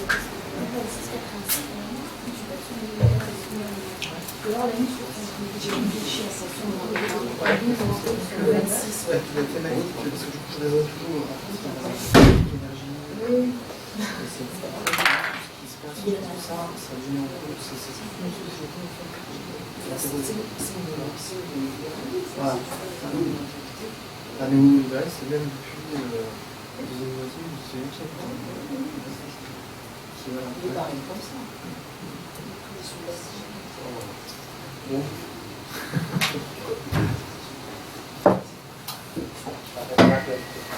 Non, c'est vrai, là, tout de suite, je m'assois. What a relief to get my baggage. Yeah, we have a question. Sure. Why Non, nowhere, never, Yep. you use the word values? By accident. You should. Yeah. Why not? Because it's all No, I about mean- content of products. Oh, Yeah. yeah, I mean, teachers, the system has its values, but No, I think that the this. students have values. Yeah, but the decisions, for actions, or the type of action is very much influenced by the values. But and in a way, you're talking about values, neoliberalism and so on. Values are very strong there. But what about education of these values? These values? How do you work on it? It's coming. It's in that second stage. It's here. Okay. Yeah. Amélie was surprised. Because actually a question was asked, this gentleman here was asking about what happens if the students want to take an action that you as the teacher, my grammar's bad, to which you disagree. Yeah. Yeah. And Is it open? it is Whatever. Open. It is open. But we have made the decision to teach them in there alternative values that they may not have been exposed, to which they may not have been exposed in mainstream society. Because, well, and I was referring to this book that I've been reading, or have read, Advertising to Children. I've forgotten its title, but I could look it up if you're interested. But it's that the children are saturated with messages in many sources, television, movies, video games, internet, you name it. They have access to information that is maybe not promoting the best values. Individual teachers and who they are as individuals that make the difference entirely. Again, I'm a fan of actor network theory, so I think that teachers embedded in certain networks are able to do these sorts of things. And I can talk about the kinds of things, some of the findings that we've generated from our research around this. And I should also tell you, and I think there was a question earlier just in the break that might be answered by this point. Of course, this is a representation that is not necessarily matched by the phenomena itself. In other words, I'm a researcher facilitator as an action researcher. So I facilitate actions by teachers, and I learn from those. So I'm a researcher facilitator. And I have to be conscious of the idea that our representations of phenomena in the classroom or in schools do not necessarily match what is actually happening in the schools, nor should they. So I think a key point about us as researchers is, our conceptions of the world, they probably, you cannot avoid imposing your conceptions on the world. In fact, the teacher who's worked with me most often for the longest period, I sometimes refer to him as Mini-Me. Do you know that? So he literally uses the same language as I use. He's very much, he did a master's degree. It's scary. It's scary. So I'm constantly encouraging him to Emancipate. Emancipate. But I want to preface this by saying that this is not how it must occur, nor is it how it does occur in the school system. Okay, it's a representation. There may be ideological gaps, and there may be I'm sure there are ontological gaps, but there very well may be ideological gaps between the researcher and that researched. Okay? So that's a really key research question and point around the validity of our claims about the world of education. Sorry. So what seems to have worked is something like this. So the goal is to get the kids to do students or student-directed, open-ended REDA projects, research-informed and negotiated action projects. Now that's combining STSE, it's combining all the elements in the STEPWISE actually. It's knowledge, products, skills, it's STSE, research, everything that's in the STEPWISE is in a REDA project. But it's moved around. But a few key things. We've decided that if they're going to take actions, and actually this is a major component of STEPWISE I didn't mention before, if you're going to take actions on the world, they should be based on some research. I know that when people act in the world, they sometimes act on emotional bases and spiritual bases and interpersonal bases. There are lots of influences that determine how we act. Our choices are very complex always, and we recognize that. But we are also trying to convince the kids they need to base it on some research, science, and so that's where the experiments and the studies come in. They're student-led and open-ended. They're negotiated because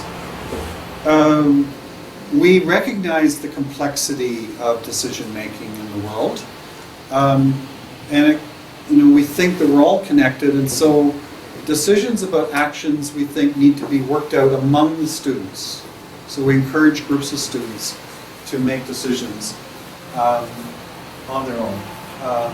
But teachers have found, and here's an example where the kids, this is from actual grade 10.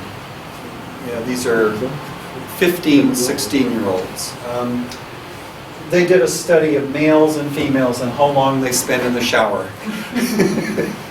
And then, they related that to climate change because, of course, you're burning fossil fuels to heat the water and you're contributing to climate change. And so that's some of the research they did. Not all the research they do is quantitative. Some of it is qualitative. They interview. We have been pushing correlational studies. So traditionally when people think of research in science, immediately comes to mind the experiment, where you purposely change an independent variable. I give the plants more fertilizer, they grow more massive. We encourage experiments, but because many STSE relationships can be problems for the well-being of individual societies and environments. So because many of these relationships are possible problems, we don't want to encourage experiments in some cases, especially with living things. So we encourage correlational studies. So that's where,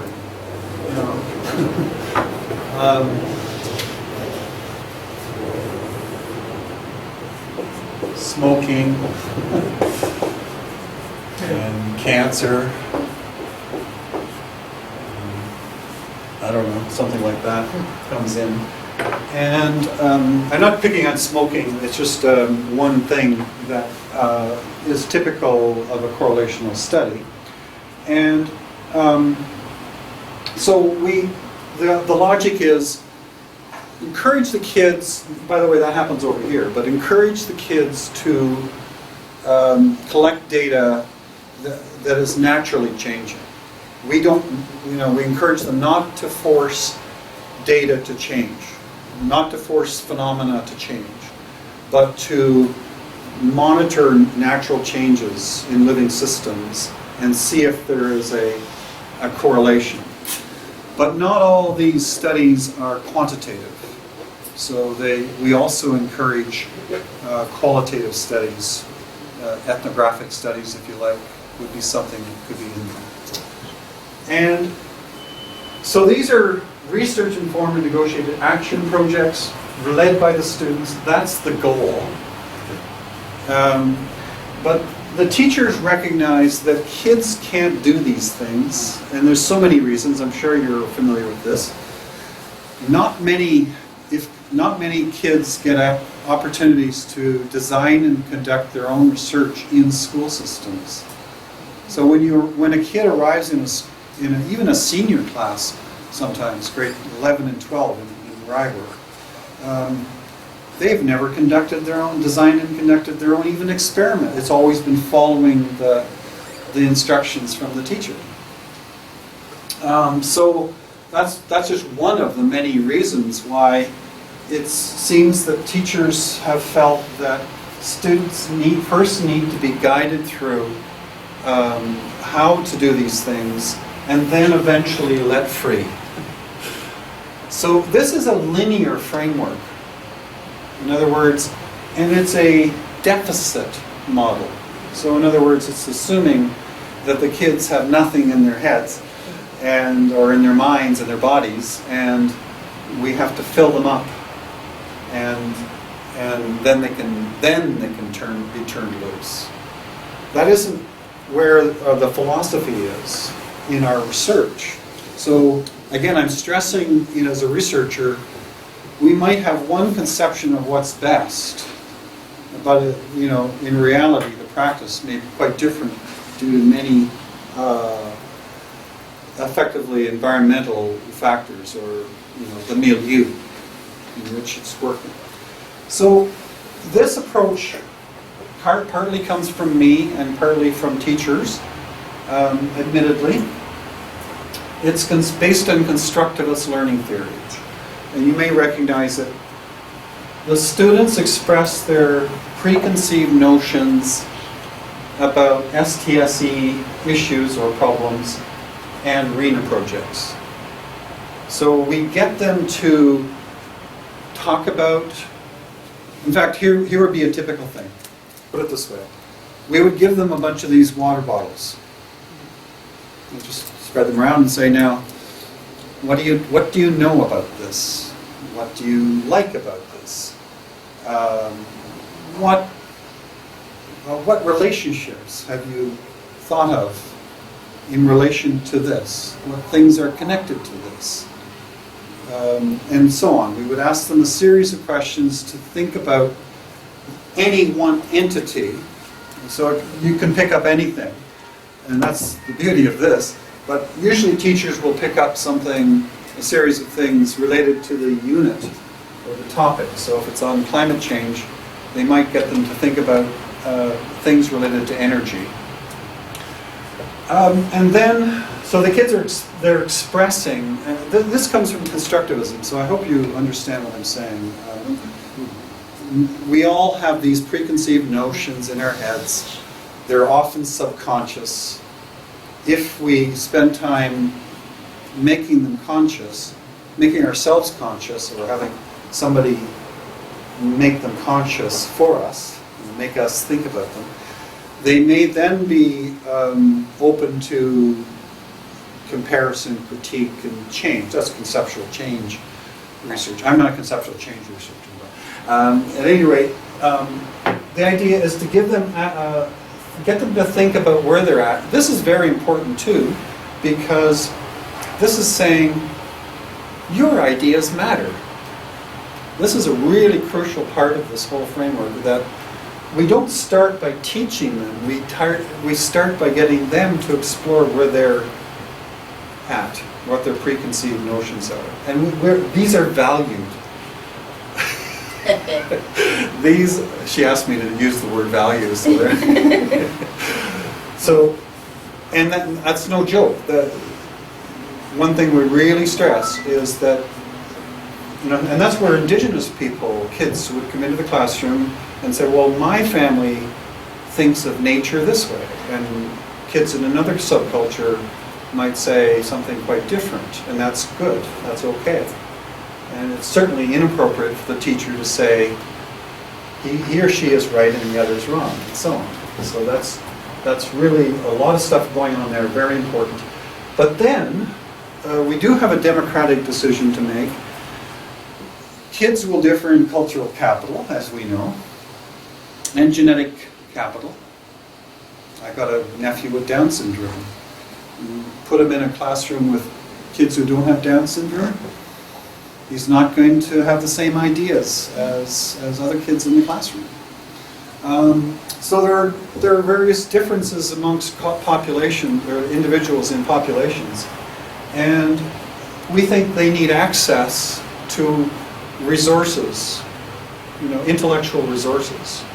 So we teach them about RENA projects that have been, and STSE relationships, don't forget, because those projects are to address STSE relationships. We teach them examples there. Now there's a few things like, we teach them what other children have done, we teach them what maybe the teacher has done, and we teach them what citizens in the population have done. We try to expose them to many different ways of doing and being. And this is kind of more teacher-directed, and the extent of the open-endedness can vary. And then we get to this stage, and the teacher is still involved, so it's got some teacher-directedness, but the students are actually carrying out projects. And this varies from class to class, age to age. The experience of the teacher, all kinds of variables will determine how much teacher guidance is necessary. And then they go back to here, and this has become a key thing we found in our research, if they begin to re-express where they're at after they've been through this, that really contributes to making this thing go round in a sense and getting them free, eventually making them free. So that's a fair bit of the framework. Are there any questions at that stage? I'm nearly done talking. It's a lot of talk. Others? Questions? Okay. So I'm going to show you one example, and I'm going to have to get the sound system going here. You'll have to listen carefully. One of our research findings is that if children are taught to understand STSE relationships using actor network theory and taught to construct actor network maps, and I would recommend an author in the US, Clayton Pierce, Pierce, on this, an excellent book on biopolitics and his work with groups of children and using actor network maps. What is the first name? His name is Clayton. So it's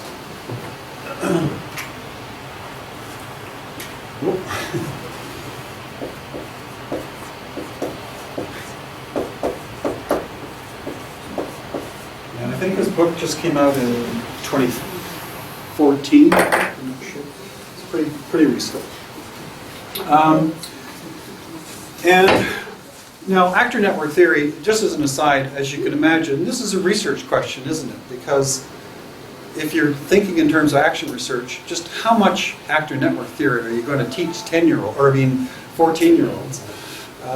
So we have to be very careful in simplifying some of the ideas around actor network theory, but we've found some success in teaching them about relationships. Like they're very familiar with the concept of punctualization, not by name. Punctualization. It's the idea, it's Latour, and it's the idea that a single point node in a network, a node can appear as a node, but in fact it's a network. The network disappears and you just see the node. So that's really important in research and action around commodities. Many commodities are punctualized. In other words, we just look at this thing and we forget its relations. So kids have been pretty successful in understanding the depunctualization, the deconstruction of individual acting entities. Do you give them data, or Sorry? do you give them the document data? We give them information? examples. So back in this stage, so it's taught here. Yeah, but I mean to build this kind of cartography. Do Yeah. you give them information, or No, they do. They do it this. with what they think, or It's that's a product. That's a kid one. yeah. Grade 10, so 15, 16 age, and that is a product of the teacher having. You might recognize in it that she showed the story of stuff. Do you know the story of stuff? It's from the U.S. It's a video series. If you go to storyofstuff.org, you'll see many videos that describe research and actions on various commodities. It's a story of commodities and their disposal. You can see it right in the titles that the girl has chosen. So it's to extract the raw resources, to manufacture or produce the product, to distribute it to the salespeople, and to then to consume it, the actual purchasing, and then the disposal of the commodity and then it's not actually a cycle, it's a linear thing, and you end up with, you know, things breaking down in the environment, and then back to extraction. So if the student choose the item or the duration of the life of the product? Do they choose the which? Item, extraction, production, distribution. Is it their own words or? No, those are words from the story of stuff. Now, they weren't required to put them there, so this is a good example of where you've asked me, have we exposed them to certain sets of values? It's right there. Now, the students, this is a bit of a dilemma with the research and with the pedagogy. You may want to ask this question, how do you keep yourself out of it as you're doing it? And our response is that, and I think this question was asked before, we think that mainstream society will not expose them to many of these things. They will try to get them to consume a lot of those products in a punctualized form. So we think educators, part of our job as educators, is to expose them to these ideas. But then a key part of this is to not insist that they believe what some of the claims that we make. We want them to decide, because it's true to democratic principles.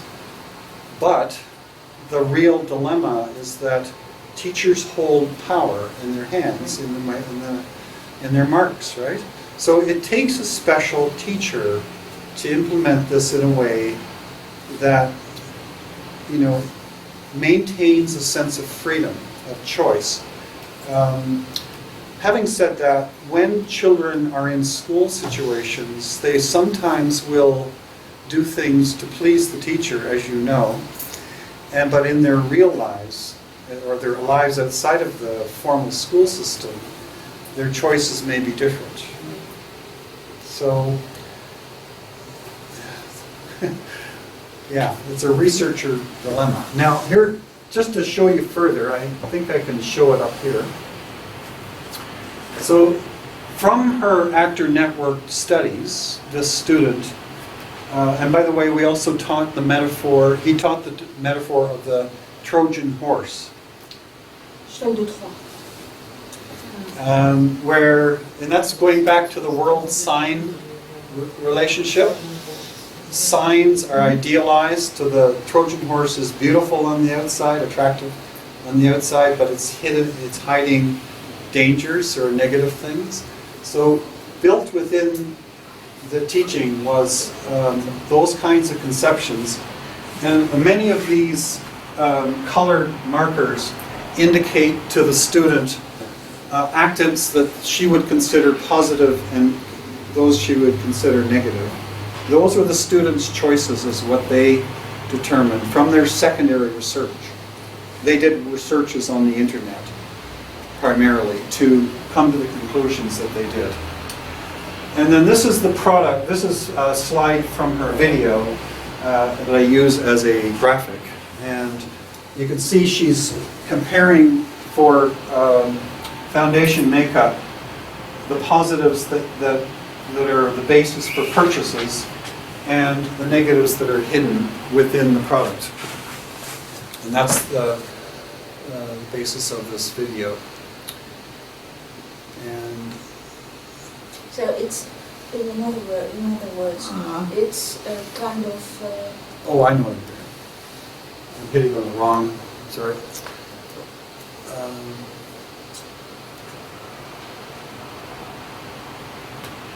It was playing.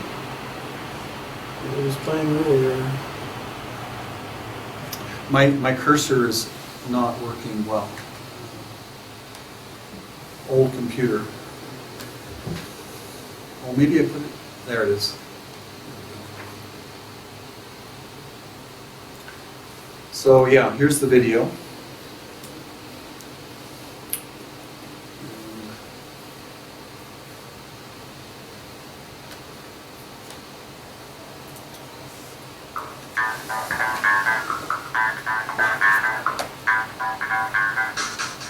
This is what foundation does. Hide what we don't want others to see because we're scared to get judged.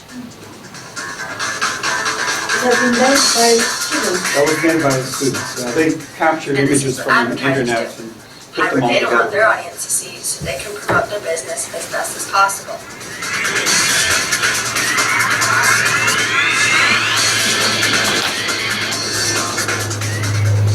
Just like every person in the world, each product that's made has their own story to be told. And I am going to tell you the story of foundation. The first step to making foundation is extraction, when hardworking miners are put on the job to mine non-renewable natural resources that we essentially end up wasting in a bottle on our skin, then picking off after the day ends, and creating even more waste. Being a miner is a very hazardous job due to all the dangerous toxins being exposed to the workers. Also, a lot of pollution is created due to the machinery and technology used.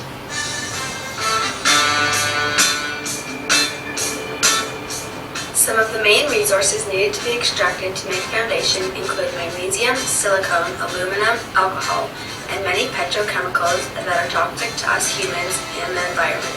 The extraction process is very dangerous and has many negative, harmful, toxic effects on our planet. The second stage in foundation's life is production. During the production stage, all of the raw materials are sent off to factories where they get processed into the actual product.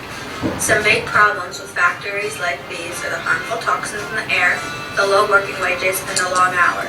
The next step is to test out the makeup. Many of the big, well-known makeup companies unfortunately test their products on animals like rabbits and sometimes cats. This is an issue due to the harming of animals, but unfortunately, many big companies do not care. They only care about their profit. After the foundation is produced, it leads us into the distribution state, which is when the product sits on the shelf until it gets sold. Then the advertising starts to try to make money. They suck the consumers in with many calming tactics, like telling teens it'll clear or heal their acne, and making wrinkle-free anti-aging products for women. Cosmetic products get falsely advertised due to the excessive amount of editing done so that the models look flawless. The product ends up not working as well as people expect and then blame it on themselves for not being pretty enough. But really, it's the product's fault. So no wonder why, over the past decade, low self-esteem has increased in teenage girls, and about 70% of teenage girls will leave the house without being all dolled up and still feel self-conscious and insecure about themselves. And this is mostly due to fake advertising and too much pressure. Anyways, now that the consumer has been sucked into buying the product, this is the next stage in the foundation's life. Consumption. Consumption is the next 3 months that consumers use the foundation. During this stage, many harmful toxins are created during the production stage that are spread all over the consumer's face. People are tricked into thinking the foundation is to help you feel beautiful and make your skin clear, but it is not. Although the product claims to keep your skin clear, hydrated, prevent acne, and not clog your pores, all of these claims mean nothing because the advertisers find way around the laws.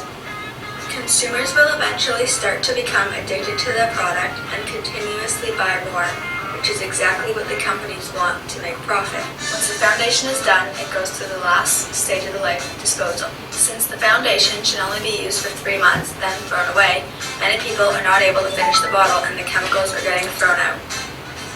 So, this is foundation's life. Just like a human, it goes through many experiences that people would never know about from looking on the outside. Just like a book, never judge it by its cover.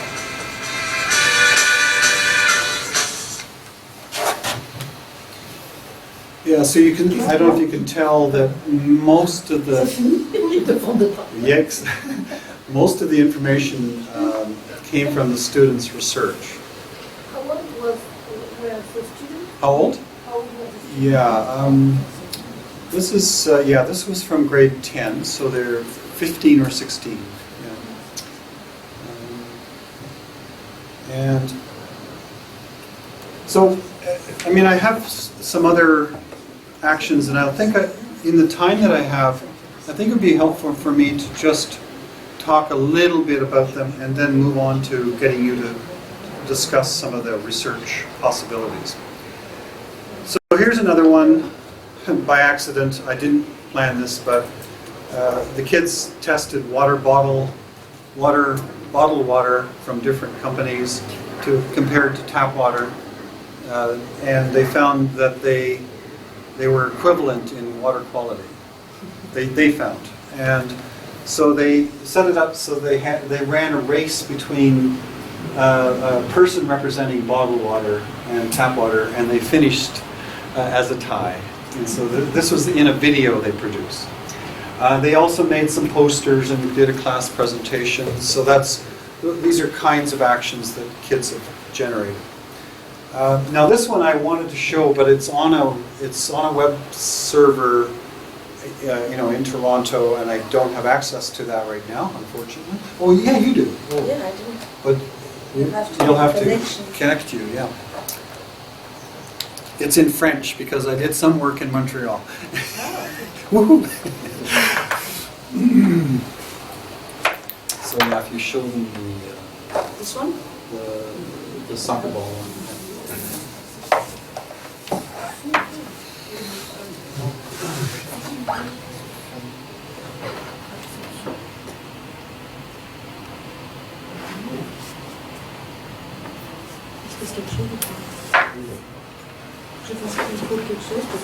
Did this thing go to sleep or?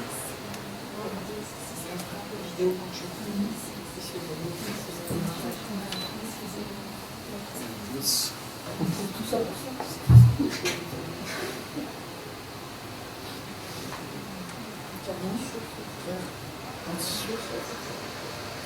Your session has timed out because you Oh, on there, yeah. re-enter your code. Yeah.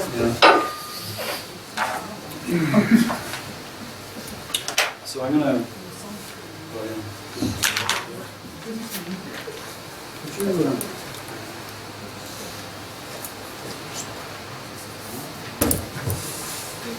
Just pass this around. Everyone gets one, two. On en a deux. Ouais, il y en a deux.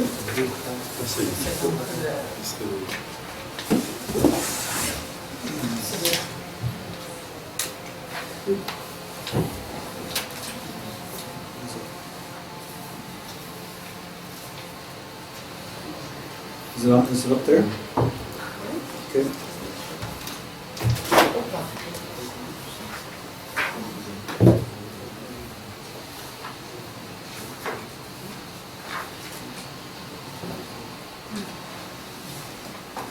Different keyboard here.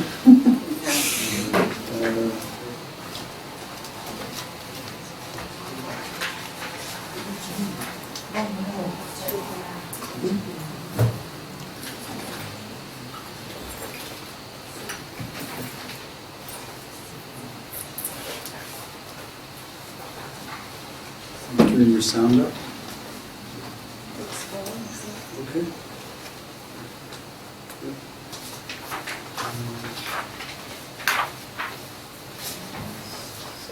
That was also French. One second page. It is.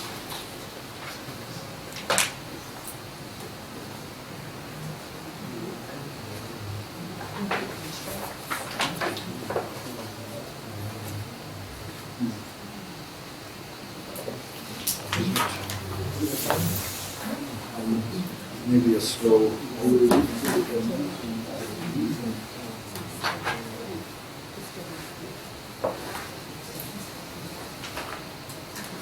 It's not working. I guess it's a slow connection or something. Oh well. Yeah, this video does not apparently play. The last one showed, I guess I'll have to get the thing back. A teacher in Montreal had her students in grade 5, so they're 12-year-olds, or 6, grade 12, they're 12-year-olds. And she was interested in child labor. She wanted those students to have ideas and concerns around children who are working in poor countries for very little wage and long hours, etc.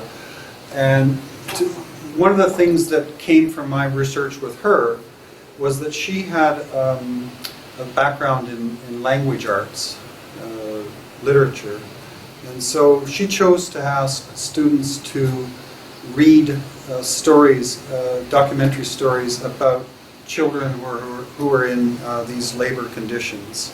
A particular book called Ecole, a child in I think it's Afghanistan, who worked in the carpet industry, became a spokesperson for against child labor, and was later murdered when he went back to his home country after having spoken at the United Nations. So there was a lot of personal attachment to these concerns, these problems with children working in these conditions. An interesting context, the school in which I worked was an elite private school, like classes of 12 children in the class, with all the resources you could ask for. And that these children developed strong empathy for children of their same age working in very, very poor conditions. And so these videos that they produced, this is one of many. This is an interesting story because it was a story of the manufacturing of soccer balls. Apparently, they haven't invented a machine to make soccer balls as well as children can make them with their little hands. And so there's an incentive to have these very professional soccer balls made by children for next to nothing. And so the kids did their research and learned about all these situations, and were very, very attached, it seemed, to their plight, and I think a lot of that went into the product. So one of the things I think I'm saying that is researchable is, obviously it's a simple thing, but it's the context of the STSE relationship and its relationship to the student. So the student needs to be placed in the network, or they have to place themselves in the network, theoretically is what we're saying. And we've actually done that as a step in our research, in our pedagogy, to have the students not just draw networks of things outside, like this and its network, but where am I in this? So an important thing that we've learned is that. I'm sorry we can't show you that video, but I can send you the links for these things later, and you can see some of these in French. They're quite good. So I think I'm going to finish at this stage and I've now distributed, everyone should have 2 sheets, and you've seen them before. So these are like cheat sheets. So these are summaries of the tetrahedral and the linear frameworks. Okay, you should each have a copy. And I'd like you to maybe work with one person beside you to brainstorm a list of possible research topics that could be generated. Now, I have to apologize in advance for this idea, but Laurence and I had this debate this morning when we were talking about this, but I'm suggesting that you be a little bit reductionist, and I use this framework. What might be some cause variables or factors that are influential? Now, an obvious one is teacher preparation. Here's one from my research. I have found that teachers who hold what I call, naturalist, anti-realist views of the nature of science, if they believe that science is connected to networks and power is involved in those networks, if they believe that as teachers, they're more likely to allow this kind of activity. So a factor is teachers' views on the nature of science, and a result for the R might be students' enthusiasm or motivation to act. could be something that you could research. So you could look at the teachers' views on the nature of science, and you could look at students' motivation to act. And you could look at different ways. And then for the H, I'm using that for hypothesis, but you could say theory. So what theory would help to explain these relationships that you're researching? So this is where you would make kind of observations or collect data on possible factors that influence some kind of outcome that we find interesting. And we might have a theory to explain it. And you can see that I've used a lot of actor network theory in my work, but there's many other theories available to you to help explain why certain factors in an educational situation might influence certain outcomes. So what I'd like you to do is to maybe review the two frameworks. I think I've been through this sufficiently. So you've seen, you've heard about both frameworks, and I'd like you to brainstorm some cause and result relationships that could be the focus of research, and what theory or theories might apply when trying to understand those. Now, Laurence and I discussed this earlier, and by all means, I am not saying that there would be necessarily a direct and very restricted relationship between the cause and result variables. So this is not intended to be overly positivistic or reductionist.